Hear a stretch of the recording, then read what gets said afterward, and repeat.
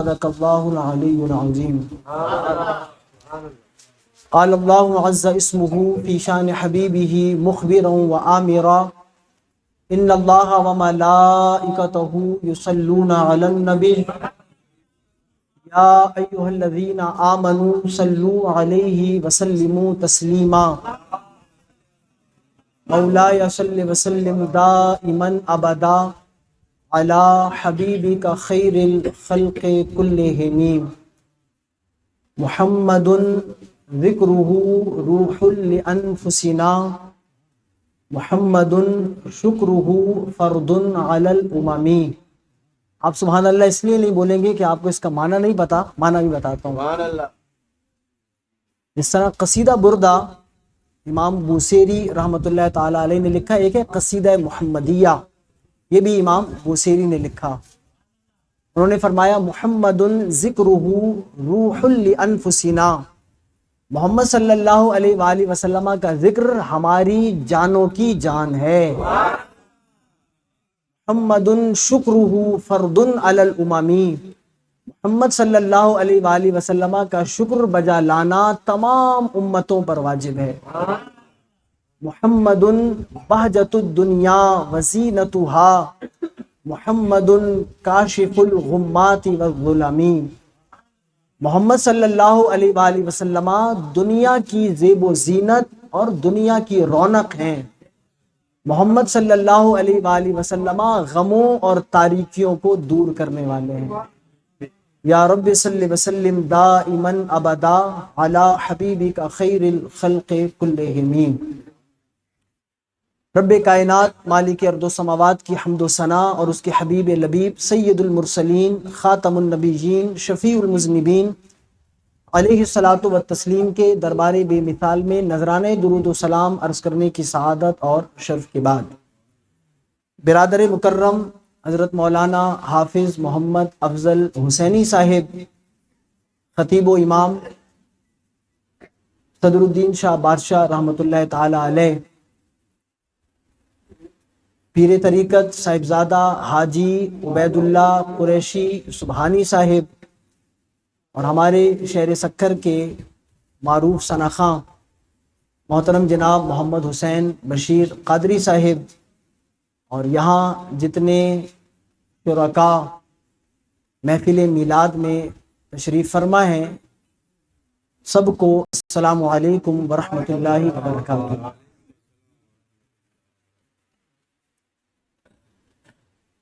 اعلیٰ حضرت عظیم البرکت الشاہ امام احمد رضا خان رحمۃ اللہ تعالی علیہ نے فتاوی رضویہ شریف میں ایک کتاب افراح المسلمین بمولد خاتم النبیین، اس کے حوالے سے لکھا کہ بعض صلحاء نے خواب میں میرے اور آپ کے آقا دو عالم کے داتا صلی اللہ علیہ وآلہ وسلم کی زیارت کی۔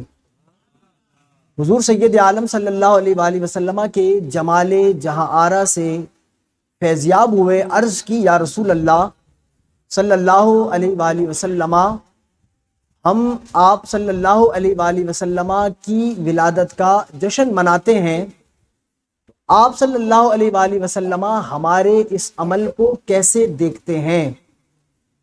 یہ اعلیٰ حضرت نے فتاوی رضویہ میں افراح المسلمین بمولد خاتم النبیین کے حوالہ سے لکھا۔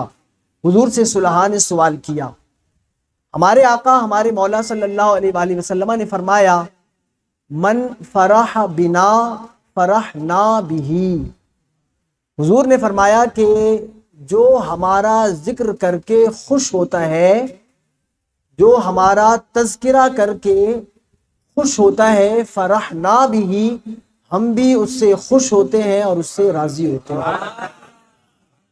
جس سے ہمارے آقا ہمارے مولا راضی ہو جائیں، اس سے ہمارا رب بھی راضی ہو جاتا ہے، اس لیے کہ ہمارے امام نے کہا تھا خدا کی رضا چاہتے ہیں دو عالم، خدا چاہتا ہے رضا محمد۔ کتنی خوش نصیبی کی بات ہے، اور یہ گھرانہ کس قدر بابرکت اور مقدس ہے کہ یہ وہ عمل بجا لا رہے ہیں، حضور کی ولادت کا جشن منا رہے ہیں جسے سن کر ہمارے آقا صلی اللہ علیہ وآلہ وسلم خوش ہوتے ہیں۔ ایک اور بزرگ گزرے ہیں، امام جمال الدین القطانی رحمۃ اللہ تعالی علیہ، ان کی ایک مشہور کتاب ہے المواہب اللدنیہ بھی ہے، اور ایک سبل الہدا والرشاد بھی ہے۔ اس میں انہوں نے لکھا کہ حضور سید عالم نور مجسم شفیع معظم صلی اللہ تعالی علیہ وآلہ وسلم کا میلاد منانے والا، حضور کا ذکر سن کر خوش ہونے والا، یقینی طور پر جہنم سے نجات پائے گا۔ دلیل یہ دی کہ صحیح بخاری میں یہ حدیث موجود۔ ابو لہب کو کون کون نہیں جانتا بھائی؟ سب جانتے ہیں؟ وہ کہہ رہے میں نہیں جانتا۔ تو ہاں صاحبزادہ صاحب وہ کہہ رہے میں نہیں جانتا ہوگا۔ ابو لہب جو ہے وہ، اس کے بارے میں قرآن پاک میں سورت نازل ہوئی ہے، سورہ لہب، تبت یدا ابی لہب و تب، اس کے دونوں ہاتھ تباہ و برباد ہوں۔ یہ حضور کا چچا لگتا تھا رشتے میں۔ جب یہ مر گیا تو جناب عباس بن عبد المطلب نے اسے خواب میں دیکھا، تو پوچھا کیسی بیت رہی ہے، کیسی گزر رہی ہے؟ کہنے لگا کہ بہت خواری ہے، ذلت ہے، عذاب میں مبتلا اور گرفتار رہتا ہوں، لیکن جو ہی پیر کا دن آتا ہے، یہ جو انگلی ہے اس سے پانی نکلتا ہے جسے میں پیتا ہوں تو مجھے راحت اور انسیت محسوس ہوتی ہے۔ تو عباس بن عبد المطلب نے خواب ہی ہو رہا ہے، پوچھا کہ بھئی وجہ کیا ہے؟ ابو لہب کہتا ہے کہ جب عبداللہ کے ہاں، میرے آقا صلی اللہ علیہ وآلہ وسلم کے والد ماجد جناب عبداللہ کے ہاں جب لڑکا پیدا ہوا، میری کنیز آئی سویبہ، اور اس نے آ کر مجھے بتلایا کہ تیرے بھائی کے ہاں لڑکا پیدا ہوا، تیرے ہاں بھتیجا پیدا ہوا۔ تو مجھے بڑی خوشی ہوئی اور میں نے انگلی سے اشارہ کیا اور اس کنیز کو کہا کہ تو آزاد۔ تو جب میں نے پیر کے دن انگلی سے اشارہ کیا اور اس کنیز کو آزاد کیا، تو جب پیر کا دن آتا ہے میری اس انگلی سے پانی نکلتا ہے جسے پی کر مجھے راحت ملتی ہے۔ تو اندازہ لگائیے، ابو لہب کافر، حضور کا دشمن، قرآن میں اس کی مذمت میں سورت وارد، اور اللہ ہی کا قرآن میں یہ اعلان ہے لا یخفف عنہم العذاب ولا هم ینظرون، کافروں کے عذاب میں تخفیف نہیں، انہیں مہلت ہرگز نہیں دی جائے گی، باوجود اس کے کہ یہ کافر ہے، باوجود اس کے کہ یہ حضور کا دشمن ہے، لیکن اس نے حضور سید عالم صلی اللہ علیہ وآلہ وسلم کی ولادت کی خوشی منائی، اور اس نے جو خوشی منائی تھی وہ اللہ کا نبی سمجھ کر نہیں منائی، اللہ کا رسول سمجھ کر نہیں منائی۔ اس نے اگر خوشی منائی تھی تو اس نے اس لیے خوشی منائی کہ اس کے بھتیجا ہوا ہے، اس کے بھائی کے ہاں لڑکا ہوا۔ تو جو محض اپنے بھتیجا ہونے کی خوشی میں کنیز آزاد کرے، رب اسے بھی محروم نہ کرے جو دائمی عذاب کا مستحق تھا، ہمیشہ رہنے والے عذاب کا مستحق تھا۔ اس عمل کی بنا پر رب اس کے عذاب میں تخفیف فرمائے، تو جو مسلم، جو مومن، جو حضور کا عاشق، حضور کو اللہ کا نبی سمجھ کر، حضور کو اللہ کا رسول سمجھ کر، حضور کو اللہ کا محبوب سمجھ کر حضور کی ولادت کی خوشی منائے، وہ کیوں نہیں جنت کا مستحق ہوگا؟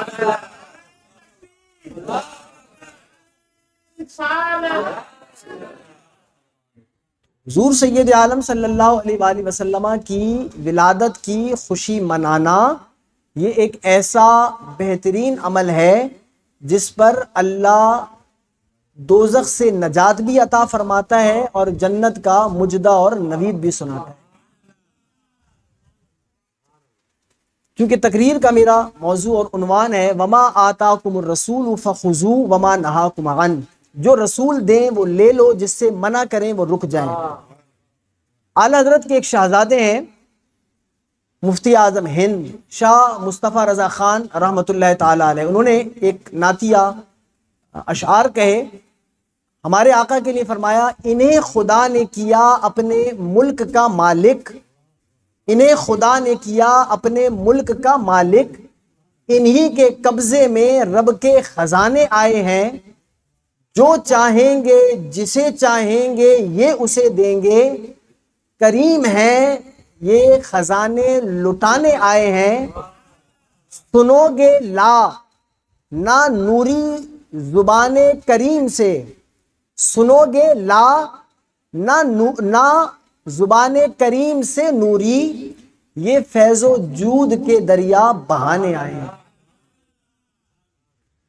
آپ کی توجہ چاہوں گا، اور تقریر کا مقصد بھی آپ کو آگہی دینا ہے، آپ ساتھ دیں گے نا؟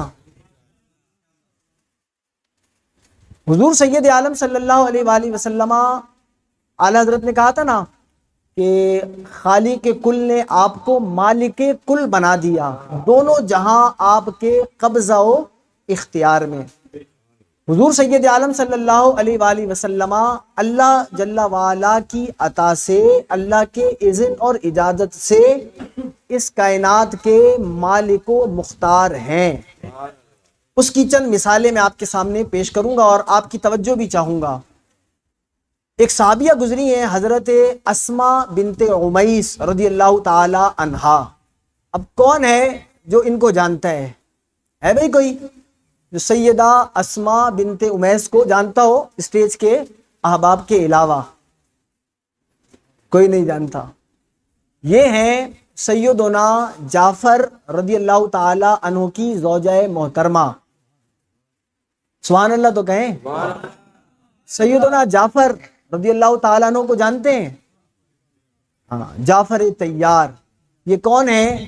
یہ مولا کائنات مولا علی رضی اللہ تعالیٰ عنہ کے بڑے بھائی ہیں، جناب علی سے 10 سال بڑے۔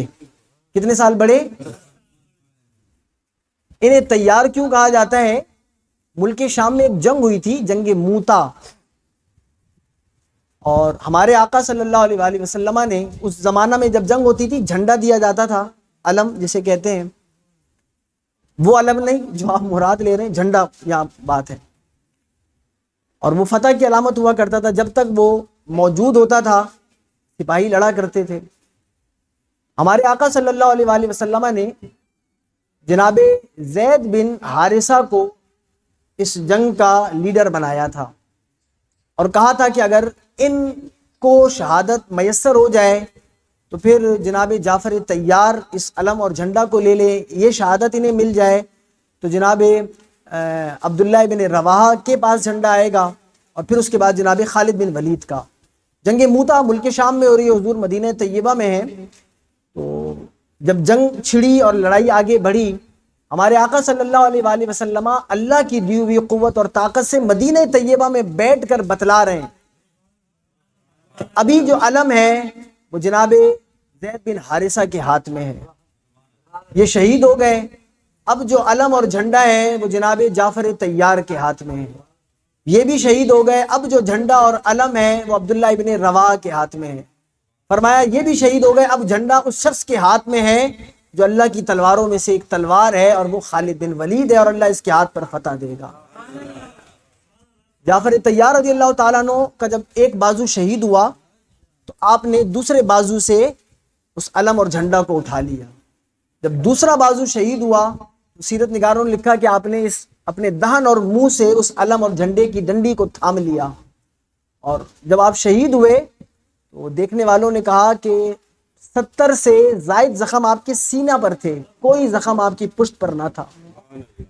چونکہ ان کے دونوں بازو شہید ہو گئے، کٹ گئے، لیکن علم نہ چھوڑا، جھنڈا نہ چھوڑا، تو حضور سید عالم صلی اللہ علیہ وآلہ وسلم نے فرمایا تھا کہ اللہ نے انہیں 2 پر عطا فرمائے ہیں جس کی وجہ سے جنت میں اڑتے پھرتے ہیں، اس لیے انہیں کہتے ہیں جعفر طیار۔ حضرت اسماء بنت امیس رضی اللہ تعالیٰ عنہ سیدنا جعفر طیار رضی اللہ تعالی عنہ کی زوجہ محترمہ ہیں، اور آپ کو آپ کی معلومات میں اضافہ کرنے کے لیے یہ بھی بتانا چاہوں گا، جب ان کا انتقال ہوا نا تو اس کے بعد سیدہ اسماء بنت امیس رضی اللہ تعالی عنہ کا نکاح ہوا مولا کائنات مولا علی سیدنا ابو بکر صدیق رضی اللہ تعالیٰ عنہ سے۔ کس سے ہوا؟ جب خاتون جنت سیدہ طیبہ فاطمہ زہرا رضی اللہ تعالیٰ عنہ کا وصال ہوا نا تو اس وقت جو مشورہ دیا تھا کہ جنازہ کو وہ جو کھجور کی شاخیں ہوتی ہیں اس سے ڈھانپا جائے، یہ مشورہ سیدہ اسماء بنت امیس رضی اللہ تعالی عنہا نے دیا تھا۔ سیدہ اسماء بنت امیس رضی اللہ تعالی عنہا اس وقت افضل البشر بعد الانبیاء جناب صدیق اکبر رضی اللہ تعالی عنہ کی زوجہ محترمہ اور خادمہ تھیں، مخدومہ کائنات سیدہ فاطمہ زہرا رضی اللہ تعالی عنہ کی۔ رشتے دیکھیے آپ، زوجہ افضل البشر بعد الانبیاء کی ہیں، خادمہ اور کنیز ہیں خاتون جنت کی۔ پھر یہی سیدہ اسماء بنت امیس رضی اللہ تعالیٰ عنہ جب جناب صدیق اکبر کا انتقال ہوا، انہی سیدہ اسماء بنت امیس رضی اللہ تعالی عنہا سے نکاح کیا مولا کائنات مولا علی رضی اللہ تعالیٰ عنہ۔ پہلے جعفر طیار، ان کا انتقال ہوا، پھر جناب صدیق اکبر رضی اللہ تعالیٰ عنہ، اور ان کے بعد جناب علی رضی اللہ تعالیٰ عنہ، حضرت فاطمہ زہرا رضی اللہ تعالیٰ عنہ کے وصال کے بعد حضرت علی نے اور بھی نکاح کیے، ان میں سے ایک خاتون سیدہ اسماء بنت امیس رضی اللہ تعالیٰ عنہا ہے۔ ٹھیک ہے، یہ تو آپ کی معلومات بڑھانے کے لیے میں نے ذکر کیا۔ جو بات بتانی ہے وہ ہے اختیارات مصطفیٰ نا۔ اچھا بھائی، کوئی ایسا بندہ یہاں موجود ہے جو یہ بتائے کہ جس عورت کا شوہر مر جائے اس کی عدت کتنی ہے؟ 4 مہینے۔ قرآن کا اعلان ہے، قرآن نے کہا والذین یتوفون منکم ویذرون ازواجا وصیۃ لازواجہم، والذین یتوفون منکم ویذرون ازواجا وصیۃ آن بہرحال یتربصن بانفسہن 4 اشہر وعشرہ۔ قرآن ہے یتربصن بانفسہن 4 اشہر وعشرہ۔ جس عورت کا شوہر مر جائے اس کی عدت ہے 4 مہینے 10 دن۔ ٹھیک ہے بھائی، لیکن یہ عدت کب ہے؟ جب وہ پیٹ سے نہ ہو نا۔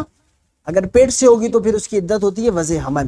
لیکن بہرحال جو موضوع ہے ان کی عدت کیا تھی بھائی؟ 4 مہینے 10 دن۔ جناب جعفر طیار کا انتقال ہو گیا تھا، ان کی عدت قرآن نے بیان کی ہے۔ یہ کس نے بیان کی ہے؟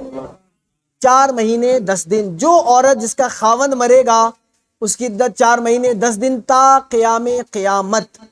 لیکن جب جناب جعفر طیار کا انتقال ہوا، ہمارے آقا صلی اللہ علیہ وآلہ وسلم نے سیدہ اسماء بنت امیس رضی اللہ تعالی عنہا سے فرمایا، اے اسماء بنت امیس، آپ 3 دن زیب و زینت اور سنگھار کو ترک کریں، آپ کی عدت ختم۔ قرآنی حکم کیا ہے؟ تا قیام قیامت۔ کسی کو یہ خاصیت، خصوصیت، تخصیص حاصل نہیں۔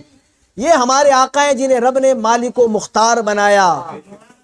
اللہ کے حکم سے اللہ ہی کے قانون میں تبدیلی کی، انہیں مستثنا قرار دیا کہ آپ کی عدت 4 مہینے 10 دن نہیں، آپ کی عدت 3 دن۔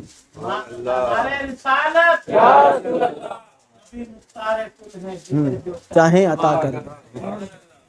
اچھا، جب کوئی بندہ کوئی معاملہ کرتا ہے، لین دین کرتا ہے، صاحبزادہ صاحب توجہ ہے نا آپ کی، عبد شکور صاحب ماشاءاللہ، جب شکور بھائی ہمارے لین دین کا کام کرتے ہیں تو جب لین دین کا کام ہوتا ہے تو بھائی کون بتائے گا کتنے گواہ ہونے چاہیے؟ 3 گواہ ہونے چاہیے۔ چلے اختلاف ہو گیا، اور کوئی بتائے بھائی؟ ہاں بھائی، 7 نام ہے آپ کا، زبیر آپ بتائیں بھائی۔ 3 ہوتے ہیں، آپ نے لین دین کیا ہی نہیں۔ 2 ہوتے ہیں نا، کتنے ہوتے ہیں؟ 2۔ وَاسْتَشْهِدُوا شَهِیدَیْنِ مِن رِجَالِکُم، یہ کیا ہے؟ قرآن سورہ بقرہ میں رب نے فرمایا کتنے گواہ ہونے چاہیے؟ 2۔ اور اگر 2 مرد نہ ہوں تو پھر 2 عورتیں ہوں اور 1 مرد ہو۔ 2 عورتیں ملیں تو یہ 1 مرد کے برابر بنتی ہیں۔ اور معاملات میں بھی عورتوں کی گواہی چلتی ہے، لیکن عورت کی جو گواہی ہے وہ عادی ہے۔ بہرحال جب لین دین ہوتا ہے، قرآن نے کہا وَاسْتَشْهِدُوا شَهِیدَیْنِ مِن رِجَالِکُم، یہ قرآن کا اعلان ہے۔ کتنے گواہ ہوں گے؟ 2 مرد۔ ٹھیک ہے، مدارج النبوت میں غالباً یہ واقعہ موجود ہے۔ ایک اللہ کے نبی علیہ الصلوۃ والسلام کے صحابی ہیں سیدنا خزیمہ رضی اللہ تعالیٰ عنہ۔ کیا نام ہے بھائی؟ ہمیں ہمارے نبی کے اصحاب کے نام آنے چاہیے۔ کیا نام ہے؟ اور اپنی اولاد کے نام بھی ہمارے نبی کے خانوادہ کے اسماء پر اور ہمارے نبی کے اصحاب کے ناموں پر رکھنے چاہیے۔ فلموں اور ڈراموں میں جو اداکاروں اور اداکاروں کے نام ہوتے ہیں، اگر آپ ان کے ناموں پر نام رکھیں گے تو بعض احادیث میں آیا کہ ناموں پر، بچوں پر ان کے ناموں کا اثر ہوتا ہے، تو پھر آپ کا بچہ فنکار ہی بنے گا، اداکار ہی بنے گا، وہ آپ کا فرما بردار نہیں بنے گا۔ اللہ رسول کو راضی کیجئے، اپنی اولاد کا نام حضور کے خانوادہ کے ناموں پر رکھیے یا حضور کے اصحاب کے ناموں پر رکھیے۔ تو صحابی ہیں سیدنا خزیمہ رضی اللہ تعالی عنہ۔ ہمارے آقا صلی اللہ علیہ وآلہ وسلم خرید و فروخت فرماتے، مدینہ طیبہ سے باہر گئے تو ایک شخص گھوڑا فروخت کر رہا تھا، یا بعض نے لکھا اونٹ فروخت کر رہا تھا۔ ہمارے نبی صلی اللہ علیہ وآلہ وسلم نے بھاؤ تاؤ طے کیے، اس کا ریٹ معلوم کیا اور اس سے اس گھوڑے کو خرید لیا۔ جو اس نے رقم بتائی، ہمارے نبی صلی اللہ علیہ وآلہ وسلم نے وہ رقم اس خریدنے والے، بیچنے والے کو، بائے کو دے دی، اور اس گھوڑے کی لگام یا اونٹ کی مہار تھامی اور مدینہ طیبہ کی جانب آنے لگے۔ جب قریب پہنچے مدینہ طیبہ کے، یہ جو بائے تھا، بیچنے والا، یہ اللہ کے نبی علیہ الصلوۃ والسلام کے پاس بھاگا بھاگا آیا اور کہنے لگا کہ تم میرا اونٹ یا میرا گھوڑا بغیر اجرت دیے لے جا رہے ہو، اجرت تو دو۔ اجرت حضور دے چکے ہیں، تبھی اس نے دیا نا، اس نے کہا کہ اجرت دیے بغیر تم میرا گھوڑا، میرا اونٹ لے جا رہے ہو، اجرت دو۔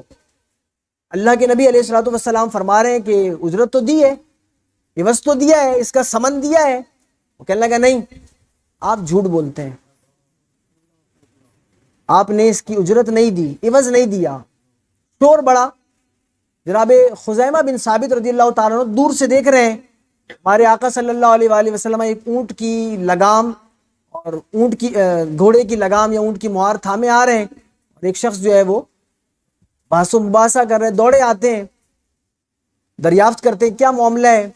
وہ بھائی کہتا ہے بات یہ ہے کہ بھئی یہ تمہارے رسول نے مجھ سے گھوڑا خریدا، اونٹ خریدا، یہ دام طے ہوئے، انہوں نے دام دیے نہیں، لے گئے، میں تقاضا کر رہا ہوں اپنے پیسوں کا، دیتے نہیں۔ حضور سید عالم صلی اللہ علیہ وآلہ وسلم فرما رہے ہیں دے چکا ہوں، ادا کر دیے ہیں۔ جناب خزیمہ رضی اللہ تعالیٰ عنہ جب معاملہ ہو رہا تھا موجود نہیں تھے، معاملہ کہیں اور ہو رہا ہے، وہ مدینہ طیبہ میں بیٹھے ہیں، یہ معاملہ بھی ہو رہا ہے، بحث ہو رہی ہے۔ تو جناب خزیمہ رضی اللہ تعالیٰ عنہ نے جب یہ گفتگو سنی تو فرمانے لگے کہ اے بھائی تو جھوٹا ہے، ہمارے نبی، ہمارے رسول تو وہ ہیں پوری دنیا عرب انہیں صادق اور امین کہتے، نہیں ٹھگتی، تو حضور کو جھوٹا کہتا ہے؟ حضور جیسا تو دنیا میں کوئی صادق ہے ہی نہیں، حضور نے تجھے پیسے دیے، تو جھوٹا ہے۔ حضور سید عالم صلی اللہ علیہ وآلہ وسلم نے فرمایا خزیمہ آپ کیسے گواہی دے رہے ہو، آپ کیسے میری طرفداری اور سائیڈ لے رہے ہو، آپ تو موجود نہ تھے، آپ تو وہاں حاضر نہ تھے اس بیع و شراء کے وقت، کیسے؟ جناب خزیمہ رضی اللہ تعالیٰ عنہ نے وہ ایمان افروز جواب دیا، فرمانے عرض کرنے لگے یا رسول اللہ ہمیں معلوم نہ تھا ہمارا رب کون ہے، ہمیں معلوم نہ تھا کعبہ کیا ہے، بیت اللہ کیا ہے، قرآن کیا ہے، یہ ساری باتیں، جنت و دوزخ کی باتیں، غیبی باتیں سب آپ نے بتلائیں، ہم نے سر تسلیم خم کیا، انہیں جان لیا، ہم آپ کو اللہ کا محبوب، اللہ کا رسول و نبی جانتے ہیں، غیبی باتیں آپ بتلاتے ہیں، یقین کرتے ہیں، ہمیں یقین ہے آپ نے کہا ہے تو اس کو پیسے دیے ہوں گے۔ پھر حضور نے فرمایا تھا من شہد لہو خزیمہ فہو حسبو، اگر کسی بھی معاملے میں اکیلے خزیمہ گواہی دے دیں تو اکیلے خزیمہ کی گواہی دو کے برابر۔ دیکھیے ہمارے نبی کا اختیار دیکھیے، کائنات کے اختتام تک معاملے کے لیے، بیع و شراء کے لیے، لین دین کے لیے دو گواہ ہیں، ابو بکر افضل البشر ہیں، فاروق اعظم ہیں، عثمان غنی ہیں، مولا کائنات مولا علی ہیں، عشرہ مبشرہ ہیں، انہیں یہ اعزاز نہیں، ان ایک کی گواہی دو کے برابر، انہیں اور اللہ نے فضیلتیں دی ہیں۔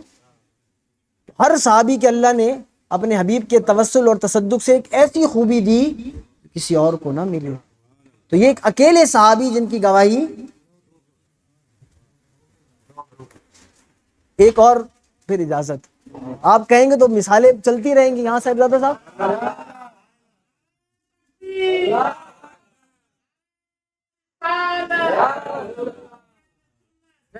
بھائی سمجھ میں تو آ رہا ہے نا؟ اچھا یہ بتائیے، اگر کوئی شخص روزہ توڑ دے تو روزے کا کفارہ کیا ہے؟ 2 مسکینوں کا فدیہ۔ مقبول بھائی نے بتایا ہے لیکن غلط بتایا، پورا کفارہ بتایا جائے۔ دیکھیں نا، 60 لوگوں کو کھانا کھلانا، اور توبہ بھی کرے گا، وہ تو لازمی ہے۔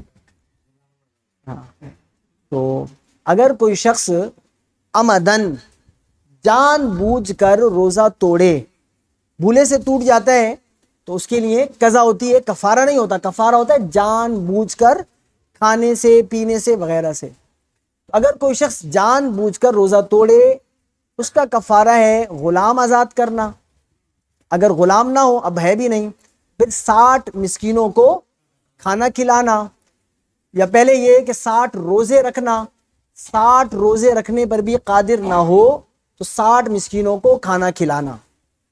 ٹھیک ہے بھائی، یہ روزے کا کفارہ ہے، تا قیام قیامت کفارہ، یہ کسی کے لیے کوئی تخصیص و رخصت نہیں۔ ہاں، ایک شیخ فانی ہوتا ہے بوڑھا، جس میں نہ اب روزہ رکھنے کی طاقت ہو نہ آئندہ روزہ رکھنے کی طاقت ہو، اس کے لیے بھی پھر فدیہ ہوتا ہے، وہ کفارہ نہیں ہوتا، وہ ایک صدقہ فطر کی مقدار وہ دیتا ہے، لیکن شرط یہی ہے کہ نہ اب روزہ رکھنے کی طاقت ہے نہ آئندہ۔ ایسے نہیں کہ آپ ابھی تو بیمار ہیں، ابھی طاقت نہیں ہے، لیکن بعد میں آ جائے گی تو آپ روزے کی بجائے فدیہ دیں، یہ جائز نہیں ہوگا۔ تو روزے کا فدیہ ہے، اور روزے کا کفارہ ہے غلام آزاد کرنا، 60 روزے رکھنا، یا 60 مساکین کو کھانا کھلانا، یہ کفارہ ہے۔ قرآن نے بیان کیا ہے یہ، اور تا قیام قیامت یہی کفارہ۔ صحیح بخاری میں حدیث موجود، اللہ کے نبی علیہ الصلوۃ والسلام کی خدمت میں ایک شخص آئے، صحابی آئے، یا رسول اللہ صلی اللہ علیہ وآلہ وسلم ہلاک ہو گیا، تباہ ہو گیا۔ اللہ کے نبی علیہ الصلوۃ والسلام نے دریافت کیا، بھئی کیا وجہ ہے، کیوں ہلاک ہو گئے؟ عرض کرنے لگا، یا رسول اللہ صلی اللہ علیہ وآلہ وسلم روزہ کی حالت میں بیوی سے ملاقات کر بیٹھا، روزہ ٹوٹ گیا۔ تو اللہ کے نبی علیہ الصلوۃ والسلام نے فرمایا، بھئی پھر غلام آزاد کرو، جو طریقہ ہے قرآن کا۔ اس نے کہا، یا رسول اللہ غریب مسکین آدمی ہوں، خود غلام ہوں، غلام کہاں سے دوں گا راہ خدا میں؟ اس نے فرمایا چلو کوئی بات نہیں، ایسا کرو 60 روزے رکھ لو۔ کہنے لگا، یا رسول اللہ صلی اللہ علیہ وآلہ وسلم ابھی ایک روزہ رکھا تھا، برداشت نہ ہوا، طاقت نہ ملی، روزہ توڑ بیٹھا، 8 روزے مشکل ہے، نہیں رکھ سکتا۔ ہمارے نبی صلی اللہ علیہ وآلہ وسلم نے فرمایا کہ اچھا ایسا کرو، پھر 60 مسکینوں کو کھانا کھلا دو۔ کہنے لگا، یا رسول اللہ صلی اللہ علیہ وآلہ وسلم خود غلام آدمی ہوں، فقیر آدمی ہوں، اپنے کھانے پینے کے پیسے نہیں ہیں، چہ جائے کہ 60 مسکینوں کو کھانا کھلاؤں۔ کفارہ تو یہی ہے۔ اس نے تینوں چیزوں سے برات کا اعلان کر دیا۔ ہمارے نبی صلی اللہ علیہ وآلہ وسلم نے فرمایا بیٹھو۔ تھوڑی دیر گزری تو حضور کی خدمت میں ایک کھجوروں کا ٹوکرا پیش کیا گیا، 2.25 من بعض میں آتا ہے، وہ پیش کیا گیا۔ ہمارے نبی صلی اللہ علیہ وآلہ وسلم نے فرمایا، این السائل، بھائی وہ سائل کہاں ہے جو مسئلہ دریافت کرنے آیا؟ آ گیا۔ ہمارے نبی صلی اللہ علیہ وآلہ وسلم نے فرمایا کہ بھئی ایسا کرو، یہ لو کھجوریں، اور جا کر مدینہ طیبہ میں 60 مساکین کو کھلا دو، تمہارا روزے کا کفارہ ادا ہو جائے گا۔ طریقہ بھی یہی تھا۔ وہ کہنے لگا، یا رسول اللہ اس مدینہ کی بستی میں مجھ جیسا کوئی غریب و مسکین ہی نہیں، میرے جیسا فقیر ہی نہیں۔ تو ہمارے آقا صلی اللہ علیہ وآلہ وسلم مسکرائے اور فرمایا کہ اے صحابی، یہ آپ ہی لیں، آپ ہی کھائیں، بچوں کو کھلائیں، آپ کا کفارہ ادا ہو گیا۔ امام اہل سنت اشاع امام احمد رضا خان نے لکھا، کوئی مسلمان بتا سکتا ہے کہ ہمارے نبی کو اللہ نے وہ اختیار دیا تھا جو سزا تھی وہ مومن کے لیے ہمارے نبی نے عطا اور انعام بنا دیا؟ یہ سزا تھی نا، روزہ توڑا تھا، سزا تھی۔ حضور نے اس سزا کو اللہ کی دی ہوئی طاقت سے انعام میں بدل دیا۔ جو کہے جس کا نام علی ہو، جس کا نام محمد صلی اللہ علیہ وسلم، اسے کوئی اختیار نہیں یہ اختیار تمہارے باپ کے پاس ہے؟ کیسے کیسے اختیار ہیں جو کسی کو حاصل؟ اعلیٰ حضرت نے جو کہا وہی کہ خالق کل نے آپ کو مالک کل بنا دیا، دونوں جہاں آپ کے قبضہ و اختیار۔ ایک اور بات عرض کر دوں یا ختم کریں؟ پتہ نہیں کتنا ٹائم دیا ہے۔ بتائیے بقرہ عید کا جب موقع آتا ہے، میں اس لیے بتا رہا ہوں، میں تو یہی چاہ رہا ہوں، میں ایک طالب علم ہوں اور آپ تک علم پہنچانا چاہتا ہوں۔ بتانے کا مقصد بھی یہی ہے کہ علم پڑھیں، علم سیکھیں۔ میلاد بیان کر دیا میں نے شروع میں، ایسا نہیں کہ وہ بیان نہیں کیا، لیکن علم کی حیثیت، سب کچھ علم کی بدولت ہے۔ یہ جب بقرہ عید ہوتی ہے، جانور ذبح کرتا ہے ایک بندہ جو صاحب حیثیت ہوتا ہے، بکری بھی ذبح کی جاتی ہے، بھیڑ، دمبا، گائیں بھی ذبح کی جاتی ہے، اونٹ بھی ذبح کیا جاتا ہے۔ تو کون بتائے گا کہ بھئی کتنے سال کی بکری ہو تو اسے ذبح کیا جاتا ہے؟ ایک سال۔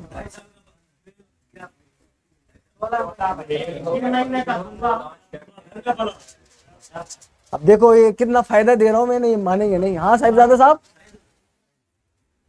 صاحب بتائیں۔ ایک سال، دیکھا سبحان اللہ کہیں صاحبزادہ صاحب۔ وہ جو بکری ہوتی ہے نا، بکری، اس کے لیے کم از کم 1 سال ہونا۔ یہ جو 2 دانت ہوتے ہیں نا، 2 دانت، یہ علامت ہوتے ہیں۔ کیا ہوتے ہیں؟ کہ بھئی یہ سال بھر کی ہو گئی ہے۔ دانت دیکھنا شرط نہیں ہے، سال پورا ہو، بھلے اس کے 2 دانت نہ ہو، اس کی قربانی بالکل جائز۔ شریعت نے عمر کا ذکر کیا ہے، دانتوں کا نہیں۔ دانت علامت ہیں، دانت پہچان ہے۔ تو بکری کی جو قربانی ہے وہ اس صورت میں جائز ہے کہ اس کی عمر 1 برس ہو، 1 سال ہو۔ ایک اللہ کے نبی علیہ الصلوۃ والسلام کے صحابی ہیں جناب ابو بردہ رضی اللہ تعالی عنہ۔ کیا نام ہے بھائی؟ ویسے یہ کنیت ہے، نام میرے ذہن میں ابھی آ بھی نہیں رہا ان کا، یہ کنیت ہے، بہرحال ابو بردہ نام نہیں۔ حضور سید عالم صلی اللہ علیہ وآلہ وسلم نے جب عید الاضحیٰ کی نماز پڑھائی، نماز سے فراغت پائی، تو جناب ابو بردہ رضی اللہ تعالیٰ عنہ حاضر ہوئے، عرض کرنے لگے یا رسول اللہ صلی اللہ علیہ وآلہ وسلم، یہ بھی یاد رکھیے حضور سید عالم صلی اللہ علیہ وآلہ وسلم سے جو پیش قدمی ہے، سبقت ہے، وہ جائز نہیں۔ قرآن نے کہا نا یا ایھا الذین آمنوا لا تقدموا بین یدی اللہ ورسولہ، اللہ اور اس کے رسول سے تقدیم، پیش قدمی، سبقت جائز نہیں۔ مسئلہ یہ ہے کہ جو عید کی نماز ہے نا، عید الاضحیٰ کی، جس علاقے میں عید الاضحیٰ کی نماز ہوتی ہے، وہاں پر جب وقت ہو گیا، اس عید الاضحیٰ کی نماز سے قبل عید نہ ہوئی تھی کسی بھی جگہ، اور اس نے قربانی کر لی، پہلے دن کی بات ہو رہی ہے، قربانی جائز نہیں، پہلے دن کی بات ہو رہی ہے۔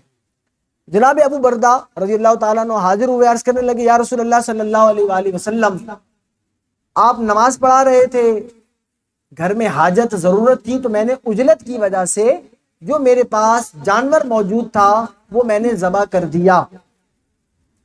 حضور سید عالم صلی اللہ علیہ وآلہ وسلم نے فرمایا چونکہ تم نے نماز سے قبل